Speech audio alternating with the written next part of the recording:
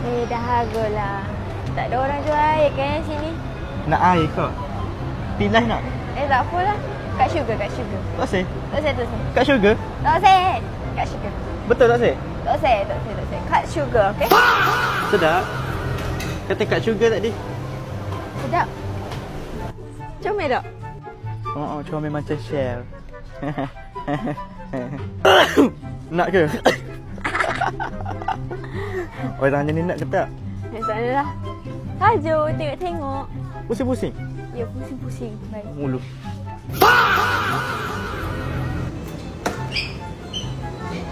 Nah. Ha? Apa ini? Padahal nak sangat kan? Oi. Ini yang tadi saya tengok. Yalah nak kan? Tak apa, mau beli. Bukan Saya kena cakap kan? tosik kan, saya cakap tengok-tengok je. Mulu. Pasal nak pergi mana pula? Mari kita pergi Watson. Maksud pula. Jom, lekas. Hai. Hai. Mat, Ha. Apa tu? Syah ada nampak produk ni dekat TikTok. Patut Syah ambil. Apa tu? Pork white Pork cake white sui. cake sui. Produk baru ke? Produk baru. Patutlah ambil lah. Kalau produk baru. Tak apalah, saya tunggu sale 6 je lah. Kat TikTok? Ya. Sen 66 ni? Ya. Alah betul ni. Tak nak beli kat sini. Tak nak, kita kena tunggu sale 66. Time tu baru murah. Time tu baru kita ambil. Okay? Oh, okeylah. Jom. Let's go.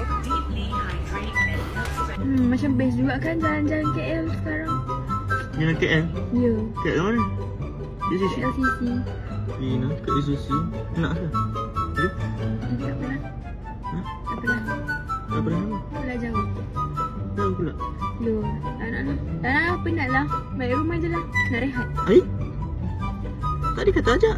Tak jadi sebab saya penat. So kita kena balik rumah dan rehat, okay? Zee ni apalah perempuan ni kan. Kalau nak tu cakap lah, nak terus terang. Ni main cakap tak nak lah, itulah inilah. Padahal nak cakap lah nak. Apalah.